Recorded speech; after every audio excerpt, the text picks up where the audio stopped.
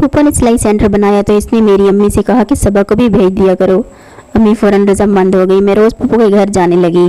इसके बच्चे स्कूल चले जाते थे। फूफा मुझे घर पर अकेला छोड़कर खुद बाजार सिलाई कढ़ाई का सामान लेने चली जाती और साथ ये भी कहती थी कि तुम्हारा फूफा उठ जाए तो इसको नाश्ता बना कर दे देना। बाकी लड़कियां भी होती सेंटर पर, वो सब फूफा जी से पर्दा करती थी। फूफा के बाजार जाते ही मेरा फूफा नींद से जाग जाता और मुझे नाश्ते के लिए आवाज़ लगा देता।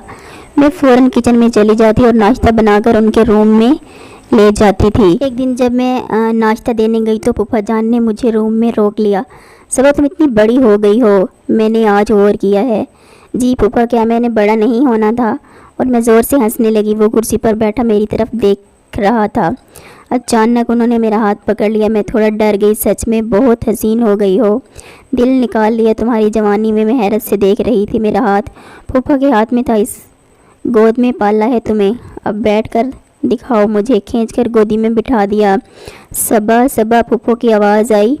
जी फूफो आई। मैं फ़ौरन उठकर भाग गई। कहाँ थी वो? फूफा नाश्ता फूफा को दे रही थी। अच्छा हो गया इनका नाश्ता। जी हो गया। अच्छा, ज़रा ये सिलाई करने में मेरी मदद कर दो, आज रात को देना है इन लोगों को काम। मैं फूफो के साथ काम करते करते काफ़ी लेट हो गई तो फूफो ने मेरे फूफा से कहा सबा को घर छोड़ाओ। वो मुझसे रास्ते में भी ऐसी ही बातें करते रहे। मैं अभी जवान हूँ, तुम्हारी फूफो बूढ़ी हो गई है, मुझे जवान लड़की की ज़रूरत है। मैं चुप करके सुनती रही। घर पहुंचकर रात को नींद नहीं आई। सारी रात यही बातें याद करती रही। सुबह मैं छत पर गई। वहाँ साथ वाली छत पर मेरी एक दोस्त रहती थी। मैंने सारी बात इसको बताई तो इसने कहा कि तुम्हारा फूफा अब फैसला कर चुका है, वो दूसरी शादी ज़रूर करेगा। अगर तुमने इनकार कर दिया तो वो किसी और से कर लेगा। अगर तुम अपनी फूफो का घर बचाना चाहती हो तो जैसा वो कहता है तुम वैसे करो, वरना नुकसान होगा। अब तुम ही बताओ मैं क्या करूं निदा यार?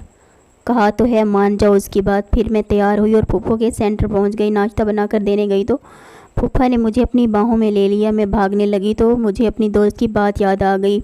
वहीं रुक गई। प्लीज़ फूफा जान मत करें। फूफो क्या सोचेगी? जो मर्ज़ी सोचे, मुझे कोई फ़र्क नहीं पड़ता। मैं फिर बाहर गई तो फूफो ने कहा सबा मैं कुछ दिन के लिए गांव जा रही हूँ, तुमने सेंटर की छुट्टी नहीं करनी, याद से आना है। अच्छा फूफो। फिर तो जैसे मेरे फूफा को मौका मिल गया।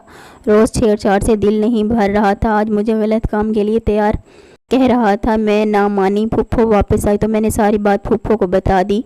उसने अपने शोहर से कहा तो उसके शोहर ने साफ अल्फाज में कह दिया कि अगर हफ्ते में तुमने मेरी शादी ना करवाई सबा से तो मैं तुम्हें भी तलाक दे दूंगा। वो बेचारी डर गई। वो मेरे अब्बू की मुंह बोली बहन थी। गांव से यहाँ ब्याह कर आई थी तो अब्बू इसका बहनों की तरह ख्याल रखते थे। वो बहुत गरीब घर से थी। सबा तुम्हारा बाप मेरी जान ले लेगा। अब मैं क्या करूँ? अगर इसने छोड़ दिया तो मैं कहाँ जाऊँगी? मैं तुम्हारा रिश्ता भी नहीं मांग सकती। फूफो के शोहर ने कहा मैं आज ही मौलवी को लेकर आता हूँ, तुम मेरा निकाह करा दो और सबा बाकी मैं देख लूँगा। वो मौलवी को लेकर आ गया और मेरा निकाह हो गया। फूफो ने अम्मी को कॉल की कि आज सबा घर नहीं आएगी, आज सबा यहीं रहेगी क्योंकि आज काम बहुत ज़्यादा है। हाँ रुक जाए, अपना घर है। शुक्रिया भाभी, मुझे थोड़ा बहुत मेकअप किया गया। मैं दुल्हन बनी बैठी थी। राशिद रूम में आया। आज उसने अपनी हर हसरत पूरी की। सुबह नहाकर फूफो के पास गई तो उसकी आंखें बता रही थी कि रात भर वो भी नहीं सोई। मुझे गले लगाकर प्यार किया और अपने पास बिठाया। कैसी हो मेरी बच्ची, ठीक हो?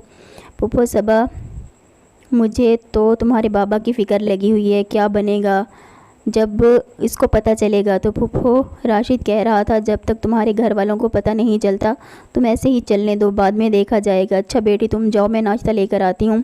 मैं रात भर से जागी हुई थी। राशिद नहाने गया हुआ था। वो मुझे पूरी तरह से अपने आप में फंसा चुका था। मेरी कुछ वीडियोस भी उसके पास थी जिनकी वजह से मुझे बहुत डर था। हमारी शादी को 2 माह गुजर चुके थे। मेरी वही रोज़ आने जाने वाली रूटीन थी।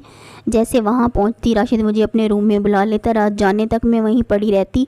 आजकल तबीयत कुछ ठीक नहीं रहती थी। चेकअप करवाया तो बच्चा होने वाला था। कुछ और महीने गुजरे तो मेरा पेट बड़ा होने लगा। अम्मी ने मुझे कहा सबा ये क्या है? वो अम्मी मैंने निकाह कर लिया है। किसके साथ? राशिद के साथ। अम्मी ने मुझे खूब मारा। अभी बच्चा ज़ाया कराओ। नहीं अम्मी, ये मैं मर कर नहीं कराऊंगी, मेरा हलाल का बच्चा है और राशिद मुझे तलाक दे देगा। अम्मी ने फूफो को फ़ोन किया, उसे खूब सुनाई। अब्बा आया तो उससे बताया। अब्बा ने कहा मेरी तरफ से ये मर चुकी है। राशिद को बुलाकर मुझे उसके हवाले कर दिया। आज मैं अपने घर आ गई थी। चलो अच्छा हुआ मैं अपने घर आ गई। चलो अच्छा हुआ मैं अपने घर तो आ गई थी, मैं खुश थी क्योंकि मैं कम उम्र थी। राशिद को मुझे बहकाने में ज़्यादा वक्त नहीं लगा था। राशिद की पर्सनैलिटी अच्छी थी, कमाता भी अच्छा था, तो मैं हर तरह से खुश थी।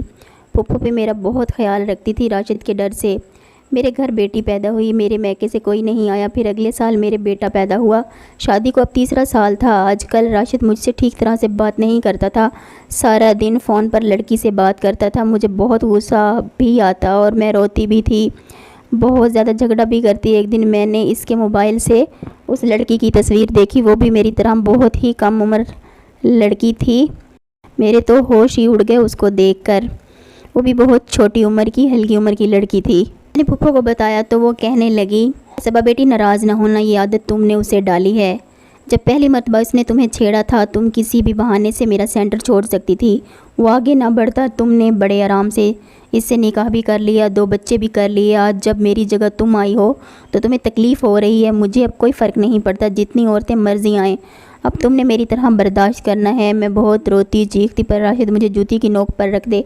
एक दिन इससे निकाह करके इस लड़की को भी घर ले आया और मैं कहाँ जा सकती थी। मायके की अब बहुत याद आती थी, पर मेरे बाबा ने मुझे आग कर दिया था। कोई नहीं था मेरा और मैं फूफो एक रूम में रहते थे और राशिद अपनी नई बीवी के साथ अलग कमरे में रहता था।